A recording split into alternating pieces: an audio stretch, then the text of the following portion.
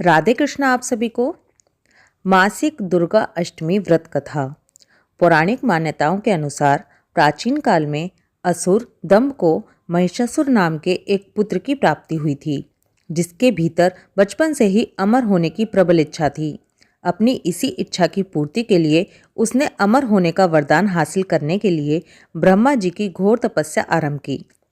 महिषासुर द्वारा की गई इस कठोर तपस्या से ब्रह्मा जी प्रसन्न हो गए और उसे मनचाहा वरदान मांगने के लिए कहा। ऐसे में महिषासुर, जो केवल अमर होना चाहता था, उसने ब्रह्मा जी से वरदान मांगा और खुद को अमर करने के लिए उनको मजबूर कर दिया। लेकिन ब्रह्मा जी ने महिषासुर को अमरता का वरदान देने की बात कही, लेकिन साथ में ये भी कहकर उसे टाल दिया कि जन्म के बाद मृत्यु और मृत्यु के बाद जन्म ये तो निश्चित है, इसलिए अमरता जैसी किसी बात का कोई अस्तित्व ही नहीं है। जिसके बाद ब्रह्मा जी की बात सुनकर महिषासुर ने उनसे एक और वरदान मांगने की इच्छा जताई और कहा कि ठीक है स्वामी, यदि मृत्यु होना तय है तो मुझे ऐसा वरदान दे दीजिए कि मेरी मृत्यु किसी स्त्री के हाथ से ही हो। इसके अलावा कोई भी दैत्य, मानव या देवता कोई भी मेरा वध नहीं कर पाए।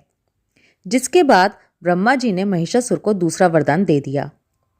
ब्रह्मा जी द्वारा वरदान प्राप्त करते ही महिषासुर अहंकार से अंधा हो गया और इसके साथ ही बढ़ गया उसके अन्याय।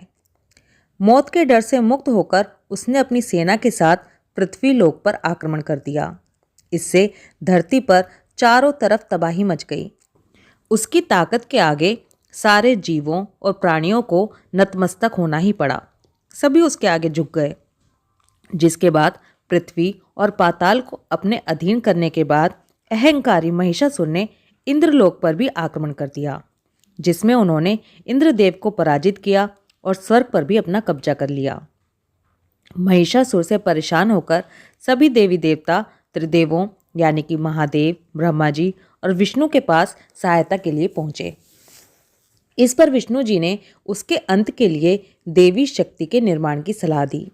जिसके बाद सभी देवताओं ने मिलकर देवी शक्ति को सहायता के लिए पुकारा और इस पुकार को सुनकर सभी देवताओं के शरीर में से निकले तेज ने एक अत्यंत सुंदर सुंदरी का निर्माण किया। उसी तेज से निकली माँ आदि शक्ति, जिनके रूप और तेज से सभी देवता आश्चर्यचकित हो गए। त्रिदेवों की मदद से निर्मित हुई देवी दुर्गा को हिमवान ने सवारी के लिए सिंह दिया और इसी प्रकार वहां उपस्थित सभी देवताओं ने भी मां को अपने अपने एक एक अस्त्र शस्त्र सौंपे और इस तरह स्वर्ग में देवी दुर्गा को इस समस्या हेतु तैयार किया गया। माना जाता है कि देवी का अत्यंत सुंदर रूप देखकर महिषासुर उनके प्रति बहुत आकर्षित होने लगा और उसने अपने एक दूत के जरिए देवी मां के पास विवाह का प्रस्ताव तक पहुंचा दिया। अहंकारी महिषासुर की इस ओछी हरकत ने देवी भगवती को अत्यधिक क्रोधित कर दिया। जिसके बाद ही मां ने महिषासुर को युद्ध के लिए ललकार दिया।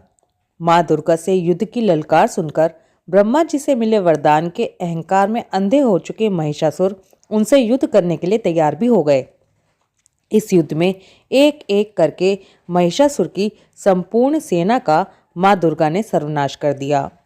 इस दौरान ये भी माना जाता है कि ये युद्ध पूरे 9 दिन तक चला, जिस दौरान असुरों के सम्राट महिषासुर ने तरह तरह के रूप धरकर देवी मां को छलने की कई बार कोशिश की, लेकिन उसकी सभी कोशिश आखिरकार नाकाम रही और देवी भगवती ने अपने चक्र से इस युद्ध में महिषासुर का सिर काटते हुए उसका वध कर दिया।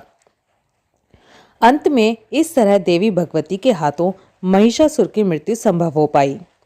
माना जाता है कि जिस दिन मां भगवती ने स्वर्गलोक, पृथ्वीलोक और पाताल लोक को महिषासुर के पापों से मुक्ति दिलाई, उस दिन से ही दुर्गा अष्टमी का पर्व प्रारंभ हुआ और दुर्गा अष्टमी का व्रत रखा जाने लगा। बोलो दुर्गा माता की जय।